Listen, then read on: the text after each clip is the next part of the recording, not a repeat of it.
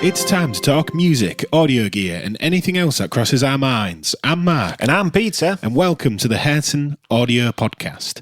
So at the moment, we are sort of in like what a lot of people describe as like a great but a bad time. And that time is like the end of a project, trying to have something that is release ready, but more importantly, trying to be happy with something before you release it.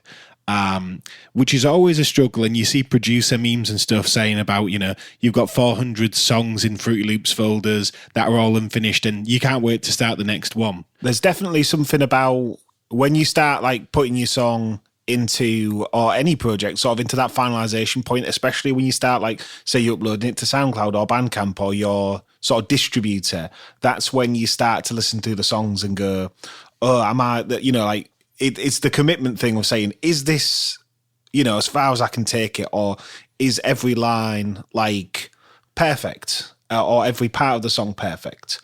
And I think that's the thing where doubt can creep into your mind. And I do think personally that's why so many people like to use like, a lot of, I suppose the more you work in the box, the safer it can feel in terms of a performance thing. Like if you use like a lot of pitch correction or auto-tune, you don't have to think, am I, do I sound perfect? Because you sort of like helping that out like that, with this sort of process. And I think that's why a lot of people do like to stretch things to the grid. But I think it's tough because, sometimes you get to the end of the project and you don't want to do like the sort of thing that you hear a lot on like classic albums and stuff where somebody will say they just, squeezed the life out of it. Yeah, and I also think it's a balancing act because everything you do can sometimes ruin everything you haven't done or everything you have done, if you know what I mean. Like, you can do everything up to a point and then go, right, we want to make this finalization decision, and that can sort of ruin it for people. It's like if you ever listen to an older album, particularly now in context with newer music, and you put it on and you go, what's happened to the drum sound? And you go, well, that's just how drum sounded. That's just how it was mixed for like vinyl or whatever. But that comparative mixing is what makes everything really difficult because you don't want your track to fall flat, like mix-wise.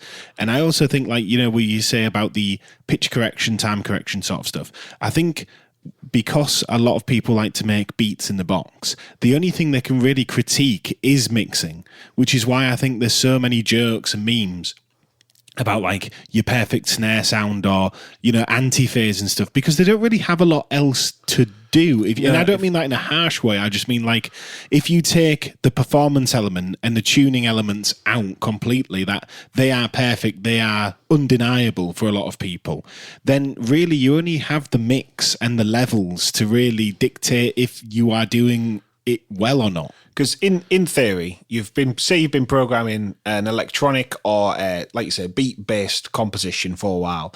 In theory, that programming is going to be rock solid because you're not going to normally have issues with either the parts you've programmed or the sounds you've picked because you've probably stressed over the sounds and the design of the beat and everything to make sure it works. So, like you say, when you get down to that end game of is the track ready for release, like you said, the main thing is going to be the mix or the master, like constantly referring to different people and thinking, well, mine doesn't sound good in this scenario. Mine doesn't hit as hard as this person's. But, like we were saying, it is a bit difficult because there's a trade-off with, having the loudest master in the world. If you have the loudest master in the world, it won't be as dynamic, and that sounds so obvious and so simple. But there's some situations where somebody will play like a song with a lot more dynamics and it will actually sound better than your song. And of course, we've all been in the situation where somebody plays a track next to your track and it's louder and you feel like, oh my God, I can't even do this anymore. My track's too quiet. You think, what am I even doing? It sounds rubbish. But it's hard because, like you say, it's a taste thing. And I think the thing is like a lot of big artists, a lot of like mainstream artists can make that choice, and their sort of backup is, well, I'm me and I'm famous, so that's the choice I made and I am correct. Well, the other argument as well, and this is the same sort of thing, like as you say with bigger artists, is that they can say, well, let's get this person's ears on it, let's get this person's ears on it, let's have so many people work on it that there is no way that it can't be good, because if so many people are in agreement, then obviously we must have like squashed all the bugs that we had with this composition Yeah. or track. And I do think that there's an obvious benefit to that, because you might be sat there thinking, oh my god, I hate this line that I've sung in this song, and then somebody else might say, well, that's my favorite part of it. And that's the real difficult thing about, I suppose, doing the solo production songwriting stuff, is that you can be your own worst enemy. And sometimes, like when we're talking about squeezing the life out of something or the personality, it's very easy to judge something as being wrong when actually that's the personality. Yeah, and I think it's always difficult because you've got a lot to factor in. You've got the sort of genre that you're working in. You've got like the project itself. So having a single is kind of more daunting in a way than doing an EP or an album, because you have nothing to bounce off it. So if you make and release one single and then try and put it out, you have nothing to compare it to, no sort of like project for it to fall into. If you have a group of songs, you can say, well, this one out, the drums are too loud, and this one the bass feels too quiet, and you sort of even them out, and then you go, right, well, that sounding nice in context with each other, it sort of gives you a little bit more like context for the release. And then if you listen to it all the way through, you think, yeah, well, these songs all sound the same as each other. Whereas I think when you put a single out, you can be like, what do I listen to? Like, what do you compare it to? And then do you go ear blind listening to the same thing over and over again? When do you know to quit? When do you just say stick it out? There's two schools of thought that you see in a lot of popular records. It's we ran out of time, so this is the final product, or time isn't an issue, so it was never finished. Yeah, that is a very interesting point. Like, a deadline can be the most proactive thing you can give yourself. But I do think it's interesting, like you say, context of an album. Like with an album, you may have a song that can't be, crushed too much next to a song that, is like loud and punchy and great for that. And sort of like your collection of songs will dictate to you like the choices you have to make in the mix and mastering, because, at a certain point, the songs will start to say, this is the sort of sound that it is. And, you can't just magically turn like a reggae album into an EDM album, because you basically have to start again. So it's like that. It was really interesting with like the mix assistants, like you get with Isotope stuff. And I know Soft Tubes put out a master, like Intelligent Masterer as well. And there's all sorts of companies doing that. It's very interesting when you scan a song and it says, it is received as the genre that you made in your head. Because it's quite off-putting sometimes if you scan a rock song, and this did happen on one of the tracks we was working on, and it comes up as reggae, because you think, well, what about it could possibly be reggae? It's definitely a rock song. But, that's where, you have to obviously take any mastering assistant, with a pinch of salt and make sure that you're still the one in control, because obviously these assistants are in the name, they are suggesting stuff to you, which can be an absolute lifesaver, especially if you're doing everything yourself, because you can say, okay, well, this is the sort of EQ that, Ozone suggests, so I'm not going to do that exactly, but that mid-dip situation is something that I like, or you could say, oh, I wouldn't have boosted the, upper mids, but this is suggesting that I do. And when I alternate against bypassing it, to see if it helps, it does actually help. And that can be really cool with these things. I do think, they just help you along if you're doing everything on your own. Yeah. And I think it's also when you're by yourself, it's like a second ear without being like a second person there. It's like to say, well, that's interesting, but this is what I would do. And then you can go, oh, that's cool. I wouldn't have thought to do that. And they've come along a long way of some of like the mastering tools. Even in the last 5 years, it's sort of hard to believe how different and how advanced they are and how many tools they've got. Because with all the stem separation that you've seen on like Akai MPC and Serato and other DJ software, obviously that technology is creeping into like mastering assistants and things like that.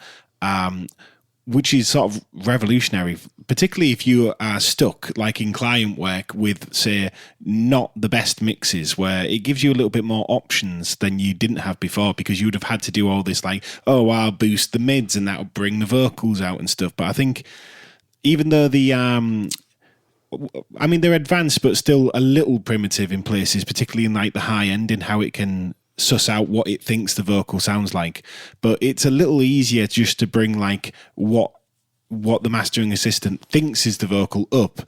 It sounds better than just like putting a EQ band on like the middle of the vocal sort of fundamental frequency and bringing that up with all the noise and all the sort of guitars, bass and everything that's in the mix. It's definitely the best time to like try and save a stereo WAV. Yeah. Because like you say, back in the day, it was like, okay, I can do a mid-side EQ or some mid-side processing, and that's about as far as you can go. You know, if your vocals are too quiet or if something is sort of a bit weird in the mix. And I do think like the worst thing that you can have happen really is your bass response being wrong, because bass is definitely the hardest thing to sort of, especially not so much like the sub of like the kick and like maybe like 808s and stuff, because that is quite easy to isolate, especially since most people will high pass a lot of the mix anyway. But that low mid sort of situation of like really where a bass guitar would sit, that's really difficult if you get that wrong in the mix, and you're stuck with that mix because that's hard to turn up without bringing the mud of, say, the vocals or the guitars or everything else up as well. So it's interesting because now because bass is one of the separated instruments, isn't it? So It's interesting that you can just take the bass and turn it up and down in theory without affecting most of the other instruments. But obviously you are at mercy of the intelligence of your software, you know, and we really, really like the isotope stuff, but, you know, I wouldn't want to release an a cappella that was a stem out separation. I think the thing is, the great tools to say, well, maybe go back into the mix session and turn the vocals up slightly, or go back into the mix session and edit the bass. I definitely think you only want to use those tools if you feel like you absolutely have to and you have an arm twisted behind your back and you don't have a choice. It's the same as remixing a song with like a Serato stem a cappella. Dependent on the song and the amount of high frequencies in like the instrumental track, that's going to really shave off a lot of definition out your vocals, and you would be better off in every case using like a band out a cappella from the actual studio session, as opposed to using like a remix sort of like algorithmic stem that you've sort of dragged out via any of these sort of softwares. But the thing is at least it gives you the opportunity to hear a little bit of like a version of the stem and say, right, well, I can take that and I can remix that for fun, because the actual a cappella is inaccessible. Yeah, I think we've got a couple of remixes that are really, really cool, but that have the weird sort of phasey vocal where as the like final chorus hits, the vocal sort of disintegrates because there's too much stuff happening in the mix. And again, that sort of software really, the less compression, the better when you're trying to extract stems. Like, I think it works quite well on like 1980s music where they hadn't started the loudness wars yet, because but I also think it works really well when there's not like cymbals in the mix. Like if you have a modern dance track and it's a lot of 4 to the floor and like 808s, it doesn't clash very much. Whereas like if you've got a rock track where there's a lot of cymbals and stuff going on, the cymbals just take all the S's out, and vice versa to the S's and the cymbals. If you're isolating them, it's quite strange really, but I suppose S's and cymbals and stuff, like you can go and how is an algorithm meant to know that is a voice and that's a symbol? Because it sounds so similar. And context is everything. I mean, what about beatboxing? I mean, that's a whole can of worms for the stem separation software, you know, because it's like, well, that's where, you're using the wrong instrument. And there is quite a lot of cases where there's like breathing and sort of vocal percussion adding to, acting as a percussive element that isn't really part of the vocal stem, where it could, start messing it up. I'd be very interested to take like an NSYNC song and try and separate it and see, does all the beatboxing go into the vocal stem or the drum stem? Yeah. And just to bring us back round to like finishing a project, I think what's so difficult with finishing a project is you like you said earlier, you are your own worst enemy. But I think you can be loving what you've done, and as soon as you get to like the uploader, when you're comparing your sort of file and then looking at the uploader, it's very easy just to get cold feet and go, no, I'm not, it's not ready, and I want to make this tweak and stuff. And I think that's good, providing you're going to go make the tweak and then come back round to the uploader and say, they're like months pass. That's what you're saying. Like if you go, I'm not ready yet, and then you go, it's been a year and this album is literally sat in the can. Which then I feel like that does nobody any good, because it's like U2's just announced how to reassemble an atomic bomb, and that's got a full disc of songs that never made the cut. And what's always nice about a lot of the songs that the showcase is you listen to them and go, yeah, why didn't that make the album? And it's always a funny thing, like particularly with fans, because fans are going to like whatever you give them if they're a fan of that band, for the most part. Funny you should say that. On the topic of like having a mix that you want to improve, right? Queen have announced their first album remixed and remastered and everything, basically done from scratch. They've taken the tapes, taken the original stems, and they've said, right, you know what? Nobody could ever really hear the drums, so let's really bring the drums up on the first album, and let's add a bit of reverb, because it was done in like the 70s. So there's, it was done in a dry box. There was not really any good reverb, so there just wasn't any reverb at all. And it had a very, very mixed reaction from the Queen fan base, because, this is a slightly different subject to sort of your regular run-of-the-mill project, because obviously this one has a lot of, there's a lot of people with strong emotions attached to it. But, Brian May, the guitarist in Queen, he was like, we have improved it. But it's funny how you, as an artist, may be like, this is better, but everybody else, could, disagree with that. A lot of people thought that it lost the charm. A lot of people thought it sounded great. A lot of people were like, finally, I can hear the drums. Whereas other people were like, these drums sound fake. And I think it's really interesting because, people were insinuating that the drums had been replaced. But I mean, they had the multi-track stems and, the types of plugins you can get now to bring drums out of a mix. I mean, these drums are professionally recorded. And when I say professionally, I don't mean in some dude's house. I mean in Trident Studios. So the drums will be there to reprocess. But so we're talking like full multi-track. We're talking like kick on one channel, snare on the other channel. Are we talking a stereo? Because I would definitely imagine that the drums would be stereo. But I do think that, even that being said, the drum mix will be adequate. I think the drums will have been quiet in the overall mix, but the actual like solo drums will sound fidelity wise good enough. The solo drum stem will be mixed adequately of the time. And I do think that I would be very, very skeptical of them stem replacing hit point replacing the drums, because I do think they're remixing it. It's already happened. It's already come out. It's like listening to a song like we remixed it and it's got like Simmons toms on it. It's like, well, that doesn't suit. It's an Eagles song. Why does it have Simmons toms on it? Yeah. Obviously, there's loads of tools as well that can really change like the fidelity and sound of a recording. Like we use, or we've got really into a plugin called D-Bleed. And that, like, if you're say looking at a 70s drum recording stem, that you say you've got a stereo channel and you're going, I just can't get into the snare drum because it's covered by the hi-hat, which is a very common problem if you've ever recorded drums, is there's no snare definition because it's all lost in the hi-hat and the mics all bleed together.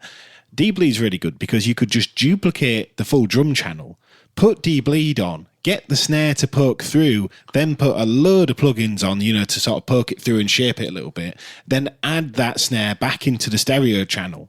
Yeah, even if you do like a mix, bring the mix up like just to bring that thing definition back in without adding all of the cymbals and messing the cymbals up. Yeah, D-Bleed, I believe it's by The Home Recording. I know that never sounds right when I say it, but I'm sure that's the people who make it. And I got it because I saw it on Instagram, and it was one of the only plugins where I think at the time we was doing some drum recording, drum mixing, and I said to Mark, I wish I could, separate the snare from the hats, and all this separation stuff is all over the place at the moment. And that just happened to come up on Instagram, and I tried it out, and I've got to say, like, it really, really impressed me. It can be quite hard to use in places, but you've got to sort of play with it and figure it out.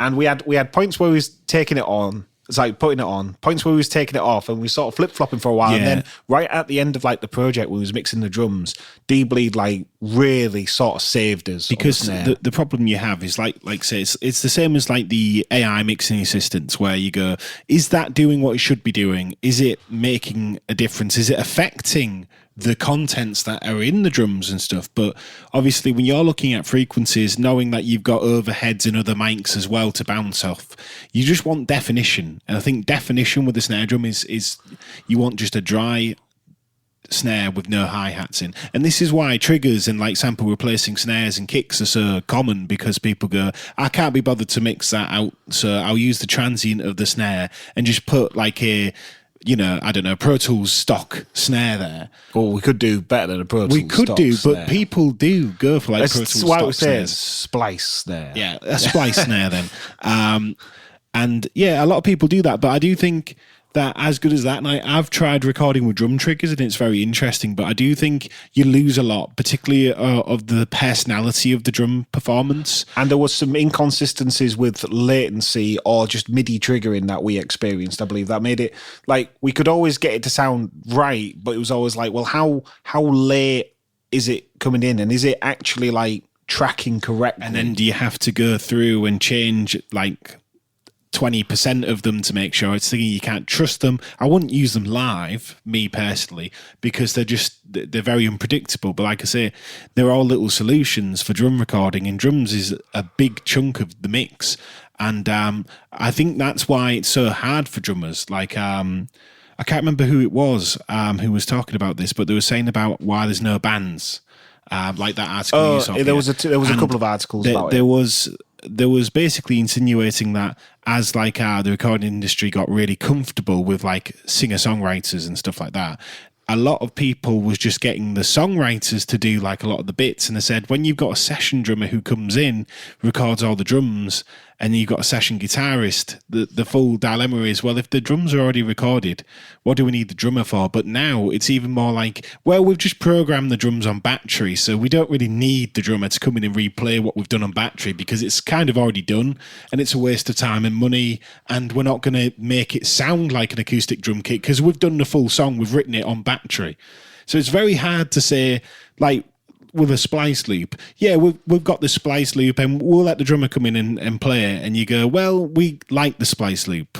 Yeah, and I feel like as well, when there's so much money on the line for like professional studios and like musicians and stuff, they're sort of more interested in saying, well, let's just, we'll keep the vibe how it is and we'll save a lot of money, and, God forbid the drummer gets the chance to play, because that's normally that's the story on so many documentaries where there's just so much emphasis on the poor drummer either taking up everybody's time in the studio or not even getting the chance to do that. Or having like a mental breakdown trying to record drums for the first time because they've been playing live in like pubs, and then it's like, right, go into a studio and record to a click, and it's like, I don't even know what a click track is. And then everybody goes, right, fire the drummer is clearly not good enough. You think it's rubbish for the drummers on average. Now the drummers don't even get to record. It's just like, right, sit in the studio. Do you think you can play this splice loop live? And it's like, yeah, sure. And it's like, right, cool, we don't need you. Yeah, which I do feel it's really tough. But again, I think this comes back to like when you're doing a song, everybody wants everything to be perfect. And, if you have live drums and the drums aren't absolutely perfect and you don't want to snap them to a grid because it takes too much time, then the drummer just doesn't get a chance to go. And this is like the other side of it where you go, well, at a certain point, you can actually lose that spark of what a song is by trying to be too perfect going into it. And I think that's why making music, can be hard, because now instead of people saying, because it's so easy to make music, that's the other thing. So people are quite proud of making music, and people be like, well, that beat sucks because this snare flams with the kick. And you can be like, yeah, but it's supposed to. And then a full forum battle debate ensues because people are like, well, it can't flam. And then some people are like, well, it's supposed to, it's the vibe. And it's like Burial is famous for never using like the actual quantized sequencer. He always has everything dragged slightly off. Or is Burial the one who doesn't even use the sequencer? If I remember correctly, this is quite an old story. Burial is an electronic producer, I want to say. And I believe the idea is he didn't use the timeline at all. Yeah, he just put the notes on the grid. He sort of got rid of the timeline, and then he, by feel, programmed the notes in the sequencer without a grid.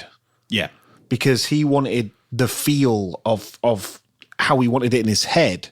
A bit like, like when you see like the people who do the Akai beats and like, I am the clock. Yeah. I am the feel. I live will play this beat on this Akai. And that is the tempo, that is the feel, that's the groove, it's me. Instead of, like you say, hitting quantize a bunch of times. All these people saying we need to quantize the drums, and then you get to drum programming without the drummer, and it says, why don't we humanize the drums? And then you go, it's so frustratingly pointless for me. Like, from a drummer perspective, if you're going to snap everything to a grid and then hit point replace it, hit point sound replace it, don't even bother recording the drummer because there's nothing left. Unless you want, point. I think if it's a rock track, at certain points, there's rock tracks that really need the splashiness of the cymbals in the top end. There's get them to do a cymbal track. Yeah, and that's exactly what you would do. If I would say if there is nothing to add, then do that. But it is like drums is definitely the instrument that is most hard done to. Probably followed next by bass, because the amount of songs where like it sort of feels like a synth bass vibe, and then the bassist is like, yeah, but I don't play keyboards. It's like, yeah, it still sort of feels like a synth bass vibe. Yeah. So we don't need you on this song. The rhythm section has been done dirty by modern production. I think that is the dilemma, because a lot of people aren't trying to record like a good drum sound and a good bass sound. I mean, even on Mix with the Masters, Chris Lardell got to bass and went, yeah, you just plug him in, and that was it. That was the masterclass. Just plug him into a DI box, and you're like, I think that's brutal. The idea was like, what can go wrong? It's a bass, and I do agree with that in a certain point. Like, if you play a bass guitar, they're always like, take a feed of the amp, but ultimately, we're not using the amp really. They're always using the DI because amps have too much flavour sometimes, and I do think it's good practice to take a DI or to understand what you want from the bass, and you always want a clean low end from a bass guitar, and that can be something that maybe when you're playing and you're about the vibe, say you're a bass player, you're like, I like this tone because we've got some drive on, so it sustains well. It's like, but is the drive like got a parallel wet blend? And people are like, no, and then everybody's like, well, we're not using that. And this is the problem when you get to like finishing a project, is there's always going to be somebody who'd say, well, I wouldn't have done it like that, I'd have done it like this, or somebody would say, well, the vocals are too loud, and somebody else would go, well, the vocals are too quiet. And then you can't win, because when you ask a general like census of people, everybody's complaining about lots of different things, but nobody's actually doing anything. Which I think the point that you're sort of trying to make is, instead of having this album sit on your hard drive and not ever do anything, sometimes it's like, yeah, maybe somebody might say, oh, that vocal's a bit pitchy, or oh, the drum sound's a bit weak. But at the end of the day, if you put music out, you put music out. And it's like we've said on a couple of these podcasts, putting music out can be better than not putting music out. I know somebody might argue, well, if I never put it out, I'll never know if it bombs, or, it could be a number one. If your favourite artist never put the song that you really like out as a B-side or maybe as a single or whatever, there's plenty of stories where they say, oh, yeah, well, that song wasn't going to make the album. And then somebody came around and said, that song's the best song on the album. And then it was the single. Yeah, true. But you don't know unless you make it, do you? You don't know what it's going to be like. I suppose my caution to the wind one is just, if you put it out and it doesn't do anything, that's fine. Nothing's going to change. Well, you're not going to be bad from a distributor like, all right, your song didn't make any money, so you are now suspended from making music. A lot of people say, like, there's people who say, like, oh, you're in a new band once and stuff. That's something I've heard a dozen million times. And then you also have this thing is, once you put music out in the world, you can't take it back. Yes, you can. You can just go on your distributor and say, unrelease. Or you just have a new artist alias, which is Or what you just everybody delete does. that artist completely and then say, right, we're going to do a new artist alias fresh. There's no harm. And this is what you see with like Discogs. Lots of artists put out 3 or 4 albums, pull it completely rebrand themselves once they get signed. But they wouldn't have been signed if they didn't put the music out because they're not getting signed with nothing. And I do think the best experience you can have is finishing a track, and the track isn't finished till it's out. And that sometimes when you hit go, that's when you realise all of the mistakes in the mix. Yeah, and you can't take it back. And then you learn that for the next project. And next time round, you're going to be like, well, I'm not going to make the same mistake I made last time because I put it out and it was permanent. Even though technically, like you say, Mark, it's not permanent because you could just take it back again. Yeah, and that's our thoughts on releasing music, but also lots of mixing, mastering, AI tools and all this clickbait worthy stuff when you use AI tools. And we won't get into that today, but I do think that Ozone and Isotope's sort of assistant view, I think that's the sweet spot. And we won't go into AI, we'll end it there. Right, thanks for listening, everybody. What are your thoughts on finishing projects, mixing and mastering? Let us know in the comments and polls below. Thanks for listening, everybody.